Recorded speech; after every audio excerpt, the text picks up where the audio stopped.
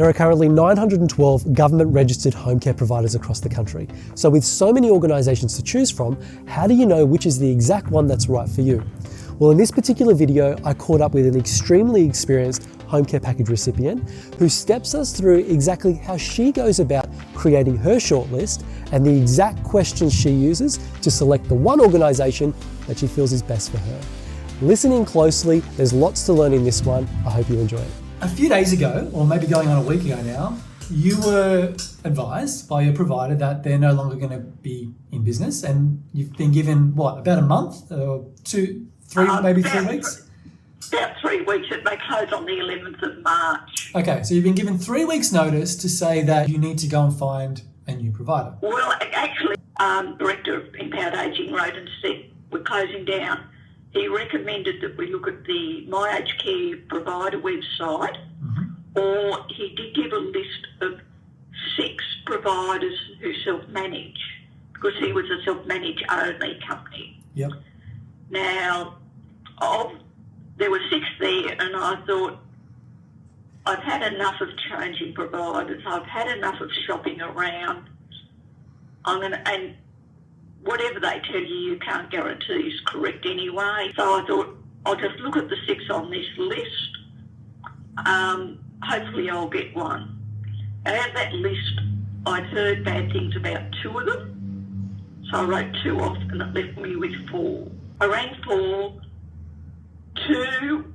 1 was a tape message, but that was after you'd waited 5 minutes. Then they said, leave a message and we'll send you a package. I rang them the next day, waited 5 minutes and got the same message. Oh, wow. Okay, that says a lot. Yeah, the other one I left a message and they rang back this morning. And another one they're going to ring me at 1:30 this afternoon. Okay. The other 2 I got onto straight away, had a good talk. Before I rang any of them, I made a list of about 20 questions. Right. I actually had it from previous years when I'd run providers. So I just copied that, crossed out the answers. So I had question 1, space, question 2, space.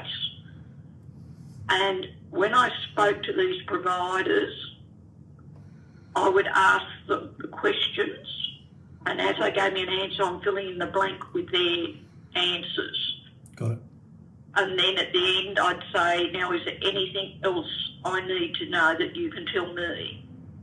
Or if they told me a lot to start with, I would then just ask them the questions that were left on my list. And then it was a matter of ended up with, can I please send you my current care plan? And can you email me back letting me know which items on that list you will and won't approve? Right, okay, so you're sending them essentially a benchmark of what you're getting right now to see if they can, at the very least, meet that benchmark. Well, the thing is, I don't believe that money is a high criteria, you know, how much it's going to cost you. But I don't believe it's worth paying the least amount if you're going to get the least amount of items you need. You're going to have all this money but not get what you need. Yeah. So it will also depend on what they will or won't approve, and particularly anything that's in the grey area. Yeah.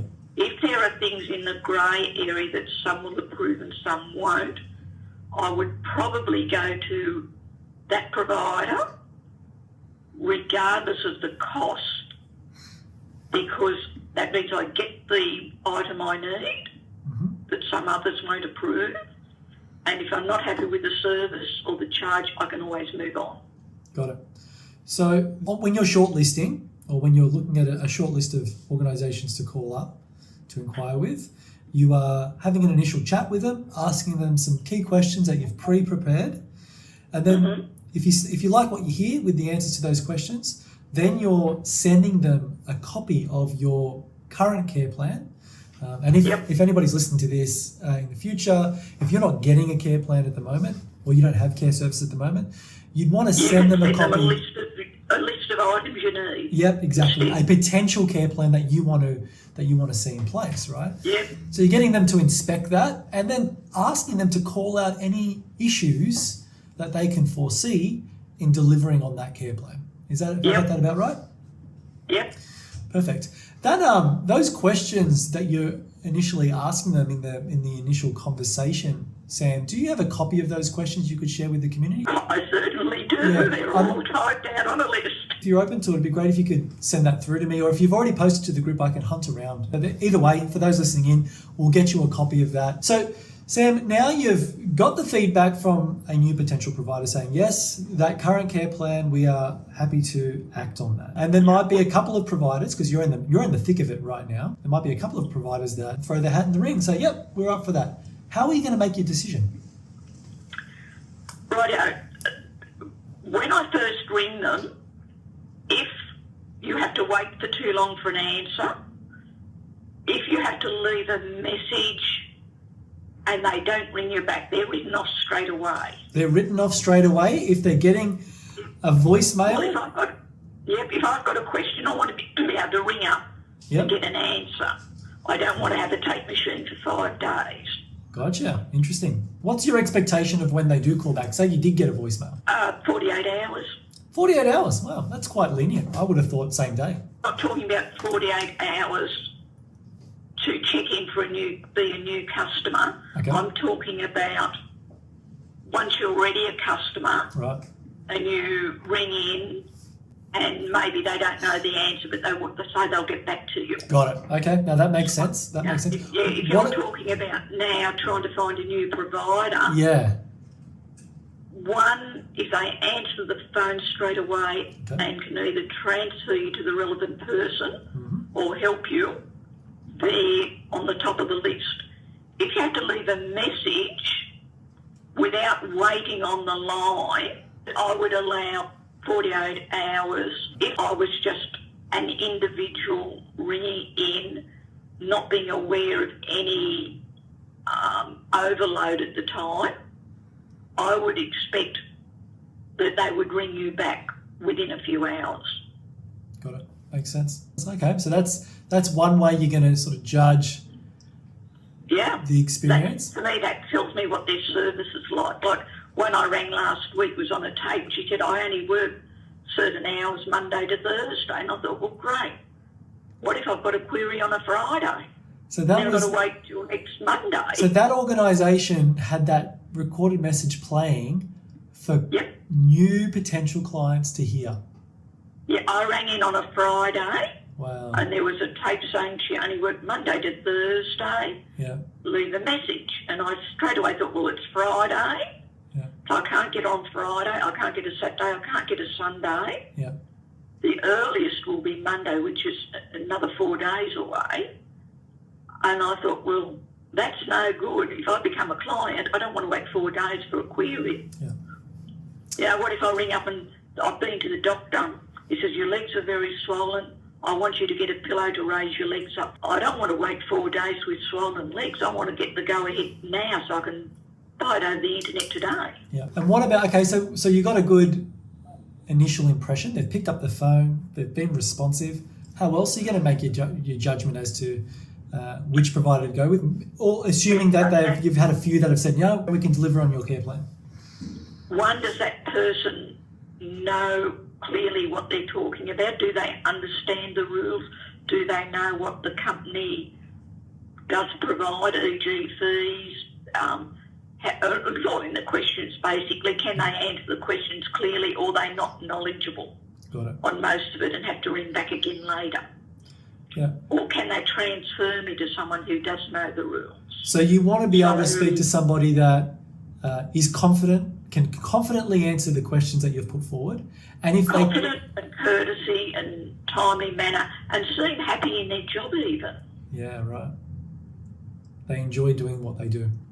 Yeah. That makes a lot of sense. And they seem to care about the customer, not just fit into their little mould and we just want numbers.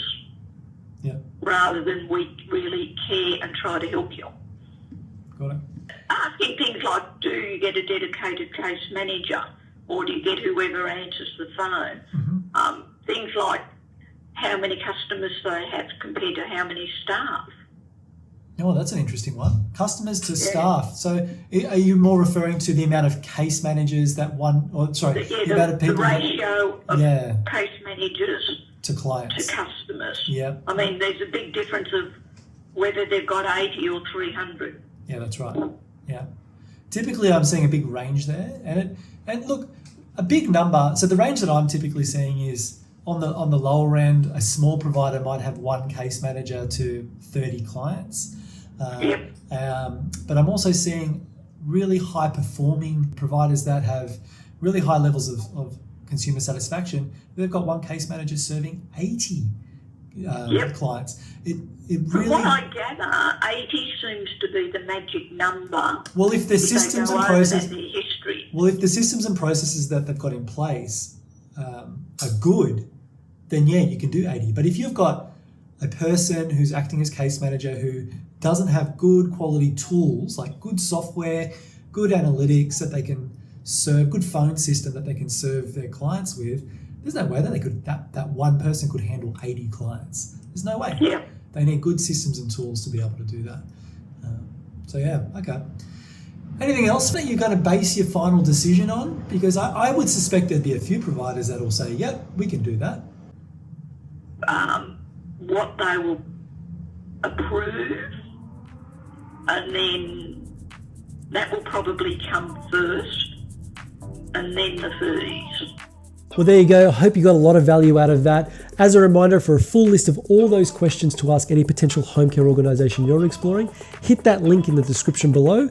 And as always, if you've got any other questions, put them in the comments section and my team and I will get to them as soon as we can.